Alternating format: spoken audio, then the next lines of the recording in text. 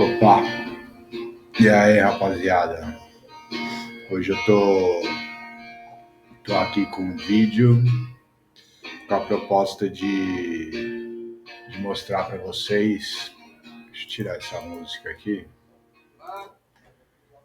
Então, eu tô com um vídeo hoje aqui de proposta de tentar mostrar para vocês quais são os benefícios, os prós e os contras dos jogos paralelos, né? Dos mixed games que a gente fala, que seriam todos os jogos basicamente, excluindo o No Limit Hold'em, né? Onde está 95% dos jogadores, onde hoje em dia, digamos, 70% do field do PokerStars tem uma noção básica do que está fazendo, tem muitos jogadores de time, tem muita gente que está sendo atualizada pelo seu gerente de time, qual é a melhor ação a se tomar, devido com o momento que o field está se comportando, que os outros jogadores estão se comportando.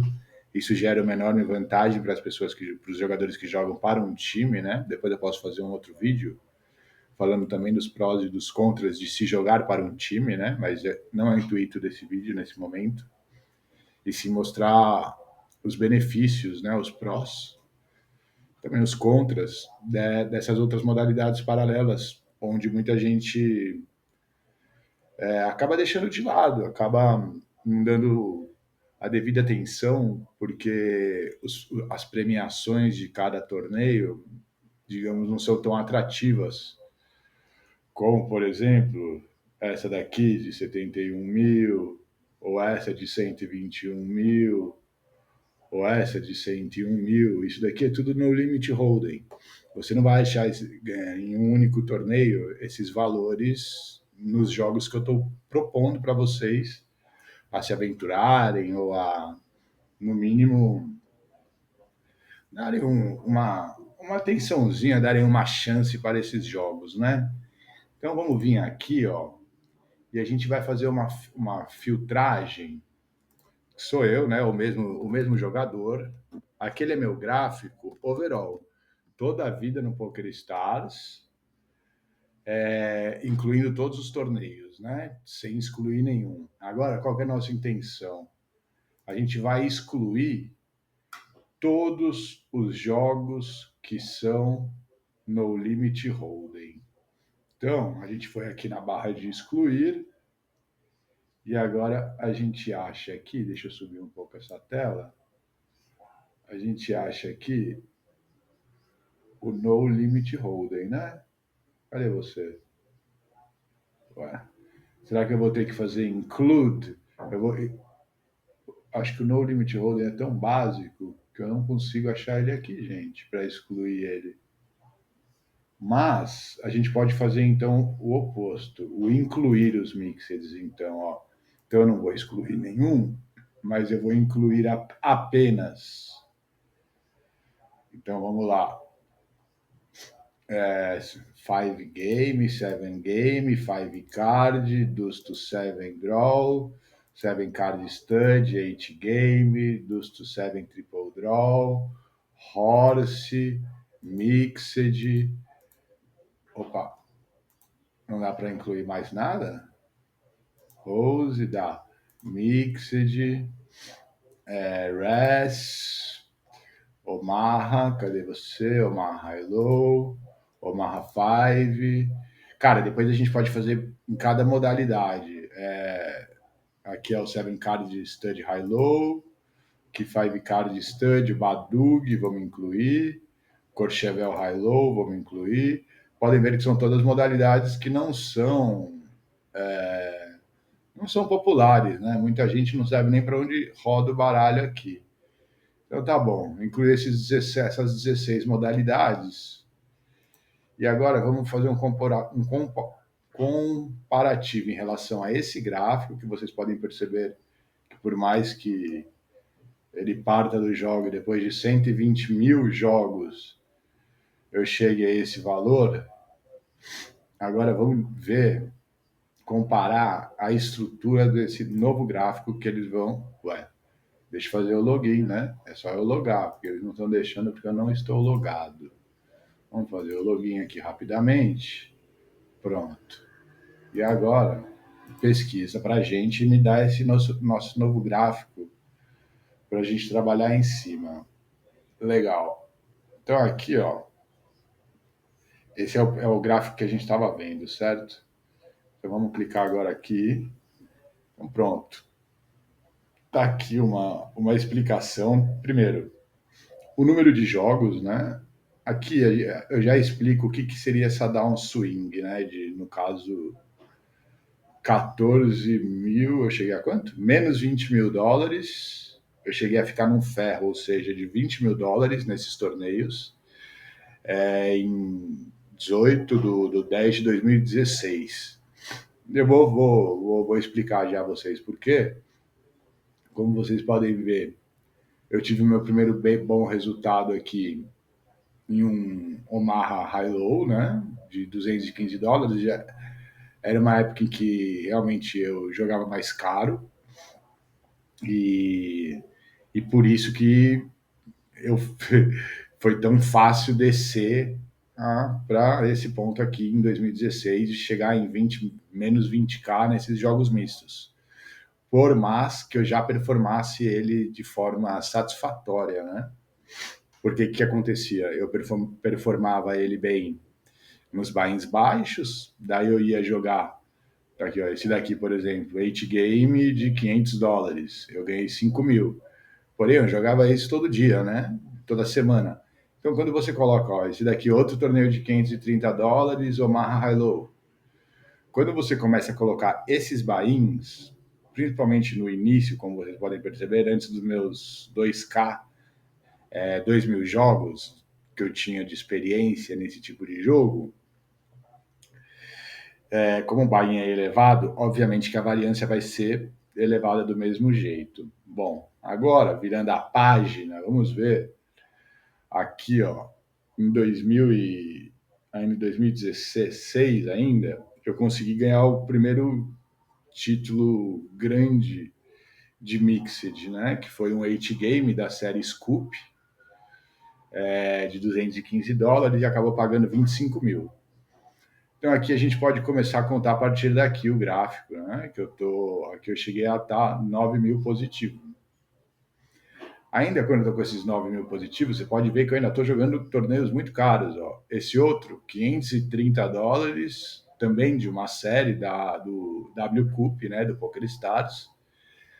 O buy-in também era muito caro, 530 dólares. Como eu disse, em 2016, essa época da minha vida, o meu grande objetivo com o poker era jogar e ganhar dos melhores, né? E não necessariamente fazer dinheiro. Eu queria mesmo era ser o melhor. Então eu elevava a variância lá no topo, não me importava muito com o meu bankroll e estourava. Tanto é que ó, outro bainha aqui de PLO8, para quem não sabe, é uma high-low, né? Pot limit é uma high-low de 320 dólares, outro aqui de 215. Daí vocês podem ver que eu continuo grindando ou jogando de forma constante jogos caros, o que fazem esse gráfico novamente cair, ó, voltar, abaixei do zero, e daí eu volto a ser positivo em 2019, cara. Daí voltando a jogar pequenos torneios, né? Torneios com buy-ins mais acessíveis, digamos assim. Qual que é a diferença? Eu não vou ter big hit, né? Não vou ter grandes prêmios, tirando aqui 25 mil, vai ter um outro aqui. Mas eu não vou ter big prêmios de 100 mil, 50 mil dólares, eu não vou ter esses big prêmios. E, ao mesmo tempo, eu não vou ter big quedas, eu não deveria ter, né? Nessa fase aqui ainda, que a gente está vendo como se fosse uma montanha russa, como eu disse, é numa fase de adaptação mesmo minha, tanto à modalidade quanto aos buy-ins, né? Em que a gente humildemente tem que saber que a gente consegue bater ou não tal valor, tal buy-in de torneio. Então aqui, por mais que a gente tenha conquistas em torneios caros, né? Na média, se eu jogar muitos deles, e não é o caso, nem tem demanda para isso, só vai ter torneio desses valores de Mixed Games em série, ou seja, 4 ou 5 vezes por ano. Então, vamos partir para uma fase mais real, e eu vou fazer o que agora? Rapidamente, eu vou novamente incluir essas 16 modalidades que não estão incluídas. Não, calma, gente, calma, não era para pesquisar ainda, calma. Eu vou fazer o seguinte, eu vou pegar as mesmas modalidades, só que eu vou filtrar também o buy-in. Eu vou colocar o buy-in até $215, porque como tem muito torneio de 5.000, 2.000, e aqui como a gente pode ver naquele outro gráfico, agora está pesquisando, vamos ver se ele vai dar sequência. Bom, beleza. Pesquisa avançada, incluir. Cara, eu vou incluir aqui agora apenas modalidades em que realmente eu jogo com mais frequência, tá? Que é Horse, Courchevel, aqui o 8 Game, aqui podemos colocar o Stud High-Low, o Stud, o 5 Card Draw, o Deuce to 7, o Single Draw quanto o Triple Draw, e o Res, e, cara, vamos deixar esses, mas o mais importante é eu mostrar a diferença. Aqui a gente escolhe ó, a stake, que eu vou filtrar então de $0 até 220 para acoplar os torneios de $215, que são caros, mas não são os torneios de 500, $1.000, já é outro patamar, né? Quando você está jogando um torneio de 215, o field é um. Quando você está jogando um torneio de 3, o field é outro. Quando você está jogando um torneio de 1.000, o field é ainda diferente do 215. Vamos ver essa diferença aqui agora, quando a gente diminui a nossa ganância, né? Ou seja, joga de uma forma mais barata. Bom, tá aqui então. Então a gente pode ver aqui, ó, de dados gerais, antes de abrir o gráfico, você pode ver que o meu ROI aqui, ó, já aumentou para uma coisa de 54%. É um ROI bem decente, né, para quem entende de poker. O lucro aqui está em 39 mil. Pode perceber que isso é 8% do meu lucro total que eu tenho no Poker Stars, né? Mas o que mais importa disso tudo? Eu acho que é isso daqui, né? É esse gráfico aqui que eu queria mostrar para vocês, gente. Eu tenho aqui, ó, 6.000 jogos nessas modalidades. A gente está contabilizando apenas torneios de $0, de $1 a $220, então a gente está excluindo os torneios de buy-ins muito caros, onde essa variância vai aumentar inevitavelmente. Desculpa. E, cara, você pode ver a diferença de um jogo sem ganância, vai. Lógico, tem o lado bom e o lado ruim disso, né? Quando eu era mais novo, enfim, há 10 anos atrás, 8, 9 anos atrás, eu me importava muito mais, gente, com a glória, né, em ser o melhor. E eu não tinha muitas preocupações em gestão de bankroll, em sacar dinheiro, em fazer um pé de meia. Como eu tive uma série de grandes prêmios de uma forma até que constante, digamos de 2 em 2 anos, às vezes menos, cai um big hit de 3 dígitos, de 6 dígitos. Meu ganha-pão, sinceramente, a minha tranquilidade tá aqui, cara, tá nesse gráfico, nesse jogo, que vocês podem ver, não é, não são valores que para um profissional de um porte que joga, que está acostumado a jogar torneios de bains caros, isso daqui é, são 6.000 torneios. Eu não ganhei o bainha aqui, ó. Se a gente ver aqui o final dele, eu sou quase US$ 40.000 positivo, né? Nessas modalidades. O meu grande sonho é jogar o World Championship lá de Las Vegas, que o Yuri ficou em segundo, ou cravou, não tenho certeza, que é o de US$ 50.000, né? Que é o H-Game de US$ 50.000 que tem lá em Vegas no meio do ano. Pra você ter uma ideia, esses 6.000 torneios não me deram nem o buy-in que eu quero para fazer lá, né? Que seria US$ 50.000.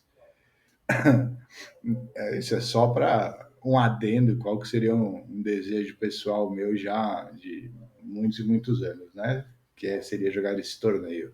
Eu já tentei, nas vezes que eu fui para Vegas, eu tentei jogar satélites, mas, pô, você paga US$ 1.000 num satélite, tipo, que é de Citigo, o formato do satélite.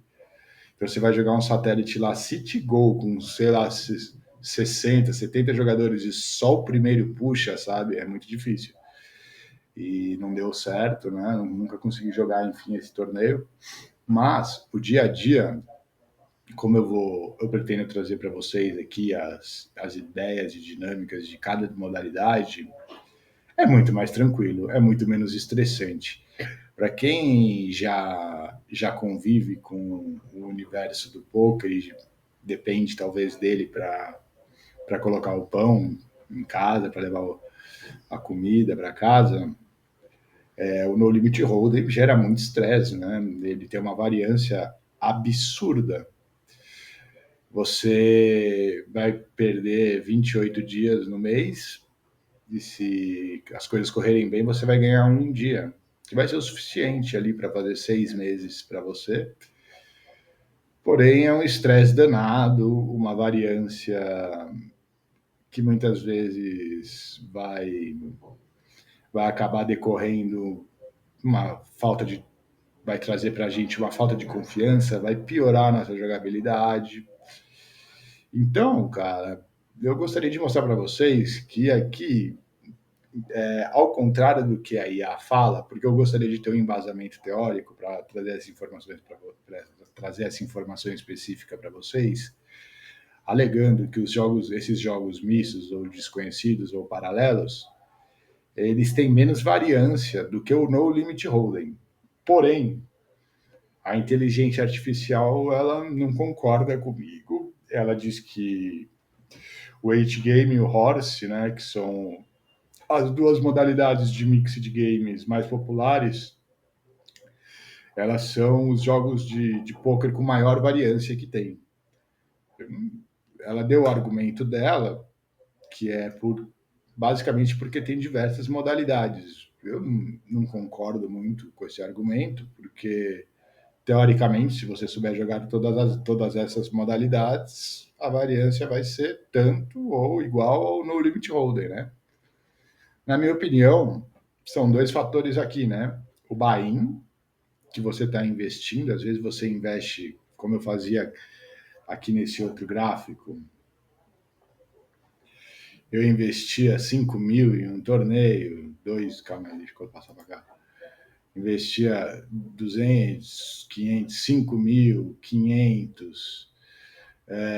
Enfim, não dá para ver os valores de cada torneio que eu não ganhei, né? Só dá para ver os que eu perdi. Mas aqui você pode ver, ó, que em um único torneio eu caí de -4 para quanto que é isso aqui? Antes da vitória, de -4 para -7. Tipo, eu joguei um torneio de 2.000 aqui.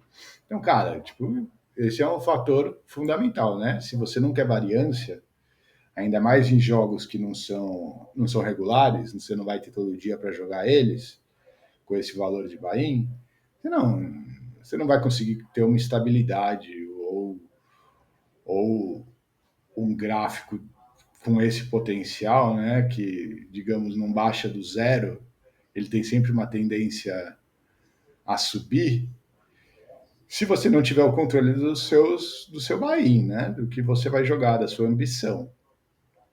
Bom, gente, eu acho que o vídeo está grande já, de 20 minutos. Eu pretendo ainda fazer bastante conteúdo em relação a isso, mas é mais um pano de fundo mesmo aqui. E, para ser sincero com vocês, estou um tanto quanto ansioso aí com o meu novo momento de vida e a melhor forma que eu encontro para lidar com isso é produzindo, tentando trabalhar, tentando trazer coisas novas aqui para vocês. Então, em base aqui para concluir, o resumo disso tudo é que, na minha opinião, né, como eu disse, a IA não concorda comigo, a inteligência artificial não concorda comigo, mas do meu ponto de vista, se você tiver o mínimo de esforço para entender cada modalidade e não se aventurar em buy-ins muito caros, porque eles são esporádicos, eles não vão ter todo dia para você conseguir buscar esses valores, você vai ter um gráfico com muito menos variância e garantindo ali, cara, mês a mês, que seja $300, $500, $800, depende do tanto que você vai jogar, da sua qualidade.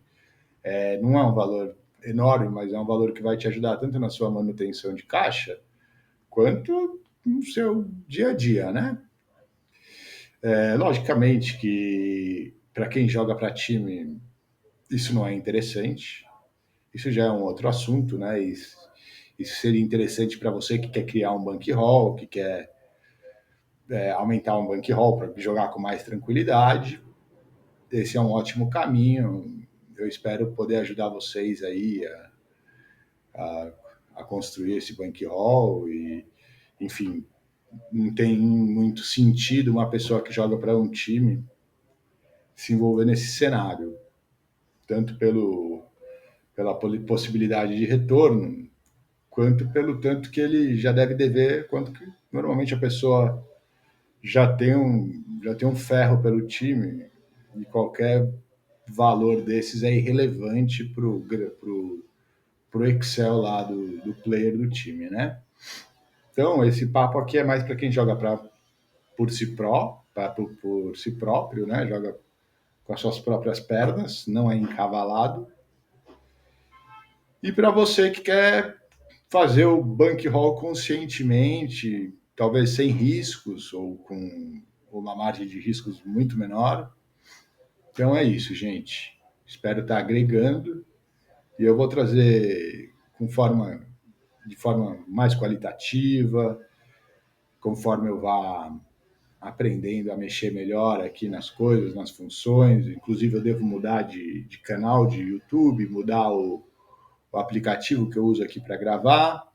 Mas enquanto isso não acontece, eu vou produzindo aí o que eu vou pensando e vou passando para vocês o que eu acho interessante. Grande abraço, espero mais uma vez estar agregando em alguma coisa para vocês.